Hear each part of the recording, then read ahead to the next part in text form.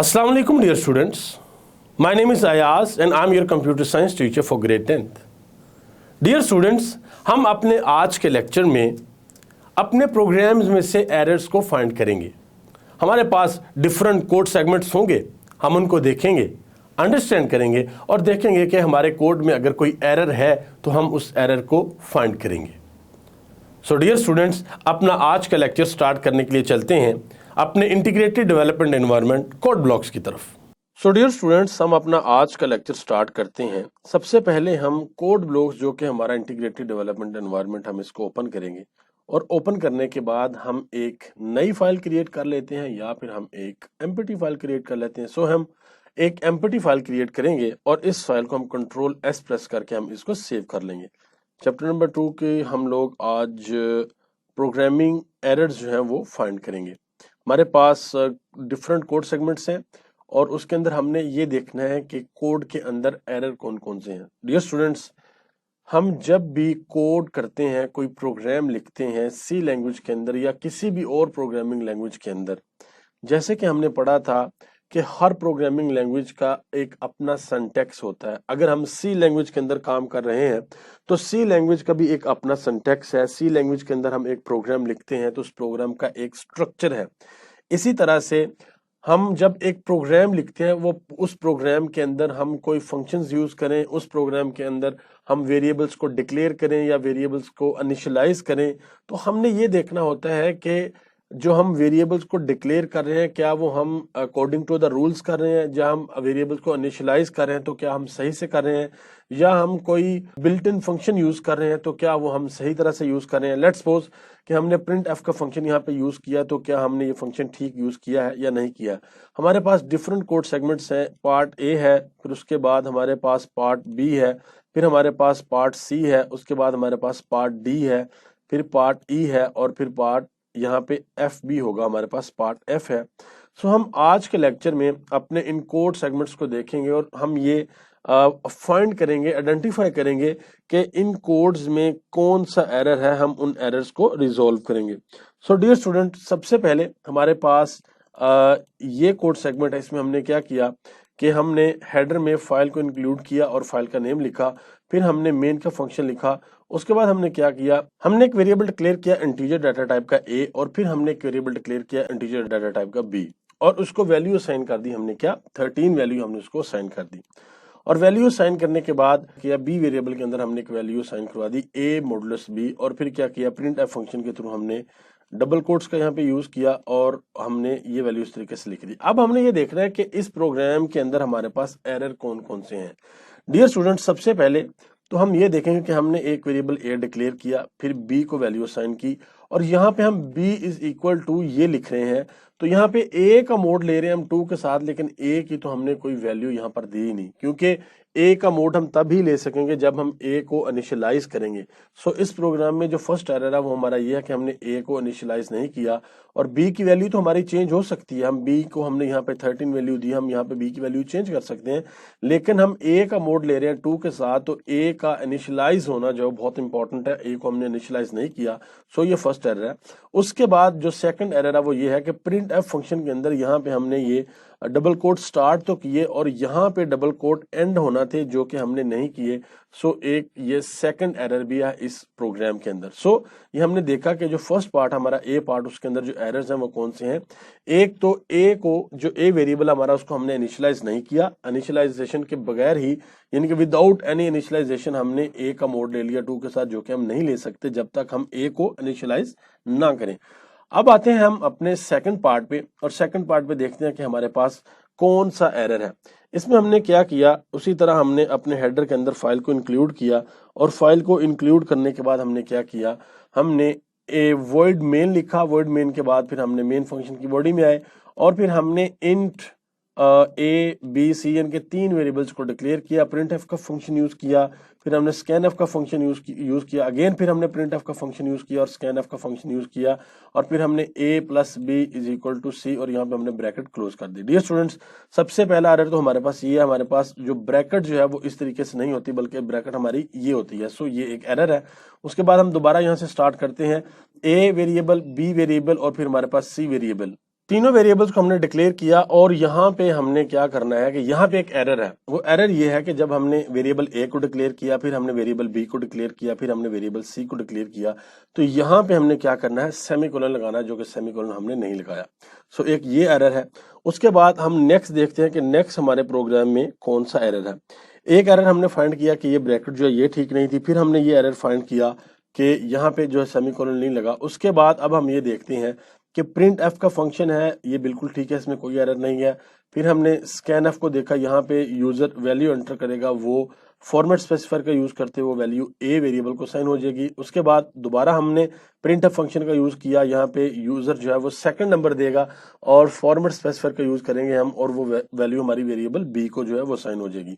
और फिर यहाँ पे हमने लिखा हुआ है A plus B is equal to C, जो कि एक रॉन्ग जो है वो एक्सप्रेशन हमारा, यानी कि ये जो लाइन है ये रॉन्ग है। इसको बेसिकली कैसा होना चाहिए कि ए और बी की वैल्यू तो हमने यूजर से ले ली है, सो हम ऐसा कर सकते हैं कि हम सी के अंदर ये वैल्यू जो है वो स्टोर करवा सकते हैं, ए प्लस बी, इस तरीके से। सो ये जो हमारी लाइन है ये क्या है, ये लाइन हमारी रॉन्ग है। जो ट्रू है वो क्या है, वो ये है C is equal to A plus B. So ये क्या है, ये रॉन्ग है। सो हमने कौन कौन से एरर आइडेंटिफाई किए हैं इस प्रोग्राम के अंदर कि यहाँ पे हमारी ये ब्रैकेट थी, हमने इसको फिनिश किया और चेंज किया इसके साथ। फिर हमने यहाँ पे सेमीकोलन लगाया और उसके बाद हमने A plus B is equal to C को चेंज करके हमने क्या किया, C is equal to A plus B, क्योंकि जो वैल्यू हम यूजर से ले रहे हैं वो ए की ले रहे हैं और बी की ले रहे हैं। सो ये दोनों वैल्यू जो स्टोर हो सकती हैं सी के अंदर, ना कि सी जो है वो स्टोर हो सकता है इन दोनों वैल्यूज में। सो इसके बाद हम नेक्स्ट मूव करते हैं सी पार्ट में और उसमें देखते हैं कि यहाँ पे हमारे पास कौन सा एरर है। सो डियर स्टूडेंट्स, यहाँ पे भी आप देख सकते हैं कि सबसे पहले हमने हेडर के अंदर एक फाइल जो है, हेडर के अंदर एक फाइल को हमने इंक्लूड किया है और इंक्लूड करने के बाद हमने मेन का फंक्शन लिखा है और मेन के फंक्शन के साथ हम यहाँ पे वर्ड लिखते हैं, जो कि हमने नहीं लिखा, यहाँ पे वर्ड लिखेंगे। उसके बाद फिर हम इंट नम यानी कि इंटीजर डाटा टाइप का एक वेरिएबल नम, उसको हमने डिक्लेयर किया और फिर हमने क्या किया, फिर हमने लिखा एंटर नंबर, यानी कि एंटर नंबर। हमारी बुक के अंदर जो है ये जो डबल कोट है यहाँ पे मिसिंग है, सो ये एक एरर होगा। हम क्या करेंगे, इसको यहाँ पर लिखेंगे। सो ये एरर है इस प्रोग्राम के अंदर के बुक के अंदर ये डबल कोट जो है वो ये हमारा नहीं था। सो ये हमारे पास क्या है, ये हमारे पास एक एरर है। सो डियर स्टूडेंट्स, नेक्स्ट हम देखते हैं कि इस प्रोग्राम में कोई और हमारे पास अगर एरर है तो उसको फाइंड करते हैं। स्कैनएफ का फंक्शन हमने यूज किया, स्कैनएफ के फंक्शन में हमने फॉर्मेट स्पेसिफायर यूज किया। फॉर्मेट स्पेसिफायर में भी हमने क्या जो डबल कोट उनका इस्तेमाल नहीं किया, सो डबल कोट का इस्तेमाल करेंगे और फॉर्मेट स्पेसिफायर को हम यहाँ पे सेंटर में लिखेंगे, फिर कॉमा और एंड द ये एम्परसेंड का साइन और नम, ये जो वैल्यू जब यूजर एंटर करेगा तो हमारे वेरिएबल नम के पास चली जाएगी। उसके बाद यहाँ पे जब प्रोग्राम क्लोज हो रहा है तो यहाँ पे स्टेटमेंट टर्मिनेटर है। डियर स्टूडेंट्स, आपको याद होगा कि जब हमने स्टेटमेंट टर्मिनेटर के बारे में पढ़ा था तो उस वक्त हमने ये डिटेल के साथ पढ़ा था कि स्टेटमेंट टर्मिनेटर को हम कहाँ कहाँ पर यूज करते हैं, इसका इस्तेमाल कहाँ कहाँ पर होता है। सो जो एवरी लाइन होती है, कोई स्टेटमेंट होती है, जो इंस्ट्रक्शन होती है, वो इंस्ट्रक्शन जब कंप्लीट होती है, जैसे कि हमने यहाँ पे एक वेरिएबल डिक्लेयर किया, सो डिक्लेरेशन कंप्लीट होगी, हमने स्टेटमेंट टर्मिनेटर लगा दिया। फिर हमने प्रिंट एफ का फंक्शन यूज किया, प्रिंट एफ का फंक्शन यहाँ पर एंड हो गया, हमने यहाँ पे स्टेटमेंट टर्मिनेटर लगा दिया। फिर हमने स्कैन एफ का फंक्शन यूज किया, स्कैन एफ का फंक्शन यहाँ पे एंड हो गया और यहाँ पे भी हमने स्टेटमेंट टर्मिनेटर लगा दिया। बट यहाँ पे हम क्या करेंगे, यहाँ पे हम स्टेटमेंट टर्मिनेटर नहीं लगाएंगे, यहाँ पर नहीं लेगा और ये एंटर के इधर भी हमारे पास क्या लगेगा, यहाँ पे हमारे पास डबल कोट लगेगा। सो अब हमारा ये प्रोग्राम बिल्कुल ठीक है।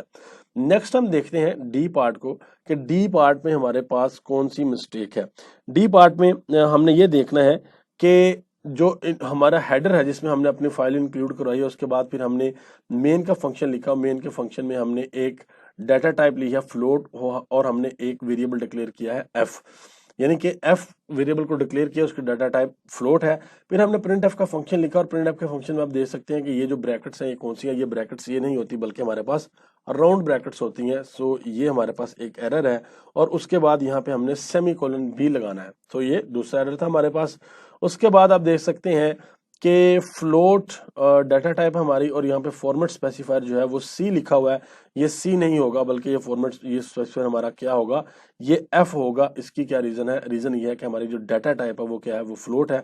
और उसके बाद फिर यहाँ पे एम्परसेंड का साइन और यहाँ पे हमने एफ लिख दिया कि यूजर जब यहाँ पे हमें वैल्यू देगा तो वैल्यू देने के बाद वो वैल्यू फॉर्मेट स्पेसिफायर के थ्रू असाइन हो जाएगी हमारे कौन से वेरिएबल को, एफ वेरिएबल को।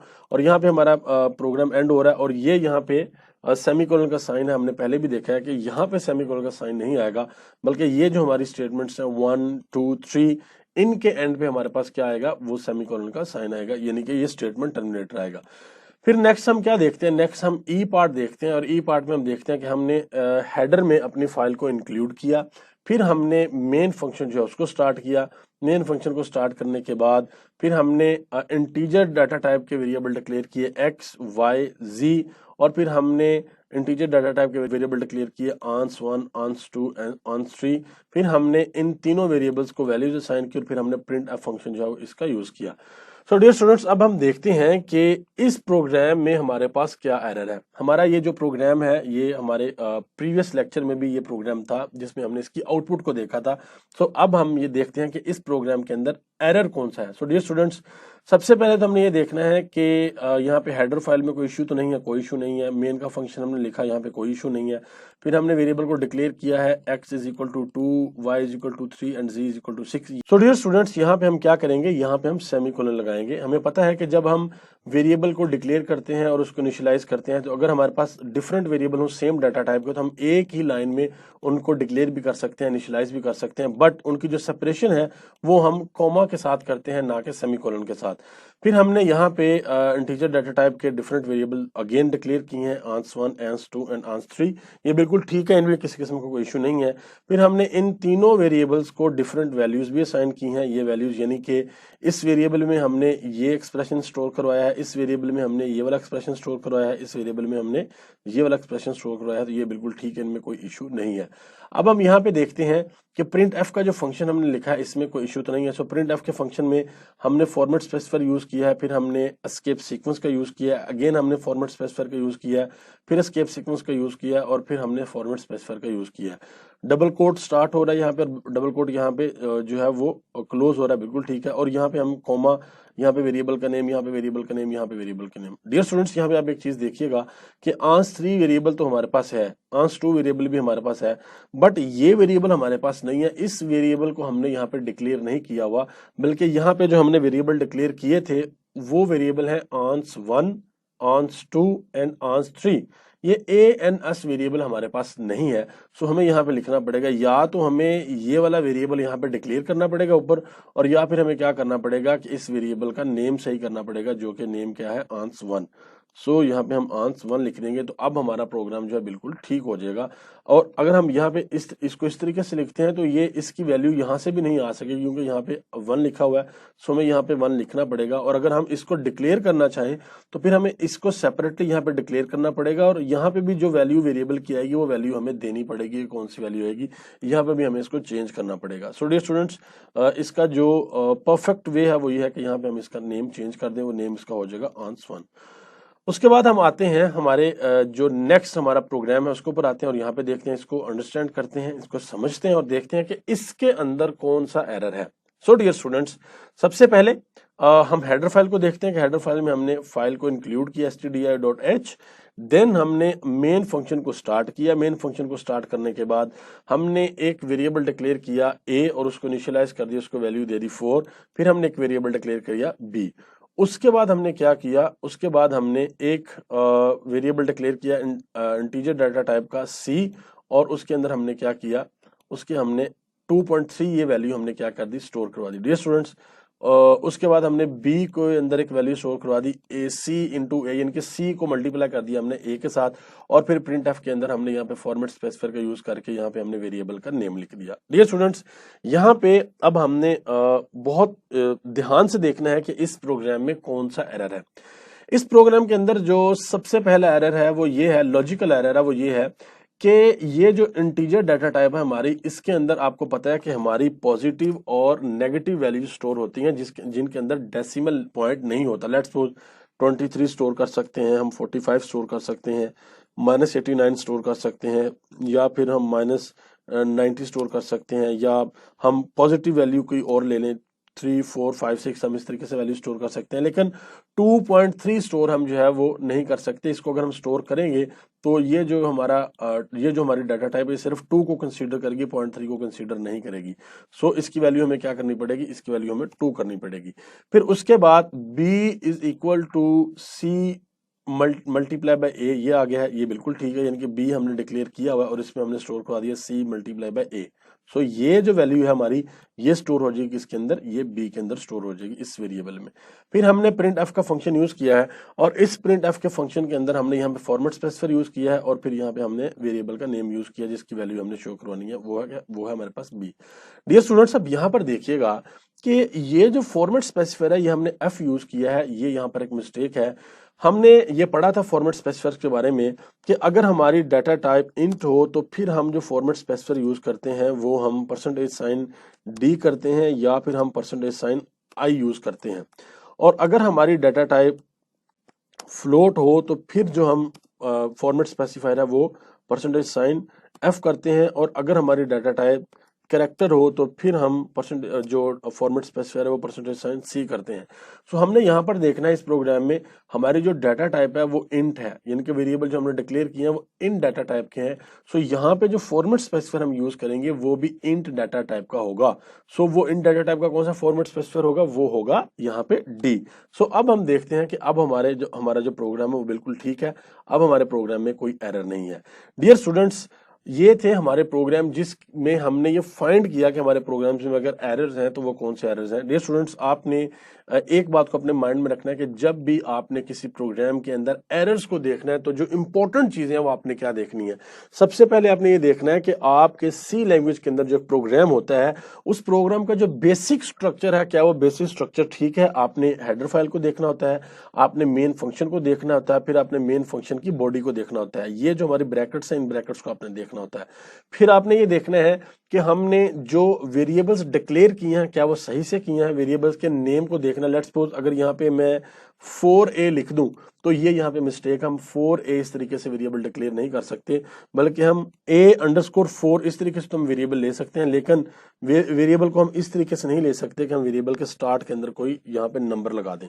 सो हमने वेरिएबल की डिक्लेरेशन को देखना होता है, फिर हमने वेरिएबल की इनिशियलाइजेशन को देखना होता है कि अगर हमने एक वेरिएबल फ्लोट डाटा टाइप का हमने डिक्लेयर किया है ई और उसके अंदर हम वैल्यू स्टोर करवा दें कैरेक्टर डाटा टाइप की, तो वो भी हमारे प्रोग्राम का एक एरर होगा, वो भी हमारे प्रोग्राम में एक एरर होगा। यानी कि ऐसा तो नहीं हो सकता कि हमारी डाटा टाइप कुछ और हो और उसके अंदर जो वैल्यू है वो हम कुछ और स्टोर करवा दें। सो एरर फाइंड करते वक्त ये बात भी आपने देखनी है। फिर हमारे प्रोग्राम में हम मोस्टली प्रिंट एफ का फंक्शन यूज करते हैं या हम स्कैन एफ का फंक्शन यूज करते हैं। तो आपने ये देखना है कि जो प्रिंट एफ का फंक्शन है उसका जो स्ट्रक्चर है, जो सिंटैक्स है कि प्रिंट एफ का कीवर्ड है, फिर राउंड ब्रैकेट स्टार्ट होगी, राउंड ब्रैकेट क्लोज होगी और फिर यहाँ पे डबल कोट्स हमारे को होंगे और फिर यहाँ पे सेंटर में जो भी आउटपुट हमने शो करवानी होगी वो लिखी होगी। और अगर हम स्कैन एफ का फंक्शन यूज कर रहे हैं तो उसमें भी डबल कोट्स आएंगे, राउंड ब्रैकेट्स आएंगी और यहाँ पे कोमा आएगा और m% का साइन आएगा जिस वेरिएबल को हमने वैल्यू जो है वो क्या करनी है, जिस वेरिएबल में वैल्यू हमने स्टोर करवानी है। इसी तरीके से यहाँ पे और भी हमारे पास एक एग्जांपल थी कि अगर हमने प्रिंट एफ का फंक्शन यूज करते हुए किसी वेरिएबल की वैल्यू शो करवानी है तो उसमें हमने क्या करना होगा, उसमें हम राउंड ब्रैकेट्स यहाँ पे लगाएंगे, डबल कोट्स लगाएंगे, डबल कोट स्टार्ट होगा, यहाँ पे क्लोज होगा। यहाँ पर हम क्या करेंगे, फॉर्मेट स्पेसिफायर का यूज करेंगे और उस वेरिएबल का नेम लिखेंगे जिस वेरिएबल की वैल्यू हमने शो करवानी है। बट ये बात आपके ध्यान में रहे कि यहाँ पे अगर आपकी डाटा टाइप इंट है तो यहाँ पे format specifier integer data type का लगेगा, अगर आपके डाटा टाइप यहाँ पे फ्लोट है तो यहाँ पे format specifier floating data type का लगेगा, और अगर यहाँ पे आपकी डाटा टाइप कैरेक्टर है तो यहाँ पे फ्लोट जो फॉर्मेट स्पेसिफायर है वो भी आपका कैरेक्टर डाटा टाइप का लगेगा। और उसी से जो उससे उसके जो विद रिस्पेक्ट हमारा जो वेरिएबल है वो भी हम यहाँ पे लिख देंगे। सो डियर स्टूडेंट्स, ये हमारा आज का लेक्चर था जिसमें हमने ये सीखा है कि किस तरीके से हम कोड के अंदर से एरर्स को फाइंड करते हैं। डियर स्टूडेंट्स, ये तो हमने अभी तक ये देखा कि हमारे कोड के अंदर जो एरर्स थे हमने उन एरर्स को आइडेंटिफाई किया कि हमारे कोड्स में एरर कौन कौन से थे। अब हम किसी एक कोड को पकड़ते हैं और देखते हैं कि जब हम अपने इस कोड को रन करेंगे तो फिर हमारा कंपाइलर हमें किस तरीके से एरर देगा। लेट्स सपोज ये हमारे पास एक कोड है, हमने इस कोड को लिखा और जैसे हम इसको कंपाइल करेंगे तो हमारे पास यहाँ पे एक एरर आ जाएगा। ये आप देख सकते हैं, जैसे इसको कंपाइल किया तो ये यहाँ पे हमारे पास एक एरर आ गया कि टर्मिनेटिंग कैरेक्टर जो है वो हमारा क्या है, मिसिंग है। कहाँ पे, लाइन नंबर 7 पे। तो ये हमारे पास लाइन नंबर 7 है।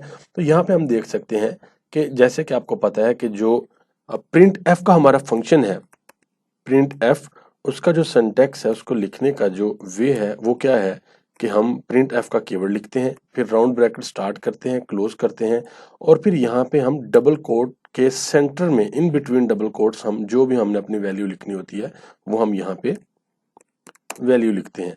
और अगर हमने किसी वेरिएबल की वैल्यू को शो करवाना है तो उसके लिए हम क्या करते हैं, उसके लिए हम फॉर्मेट स्पेसिफायर का यूज करते हैं और फिर हम कॉमे का साइन यानी कॉमा लगा के उसके बाद फिर हम वेरिएबल का नेम लिखते हैं जिस वेरिएबल की वैल्यू को हमने शो करवाना होता है।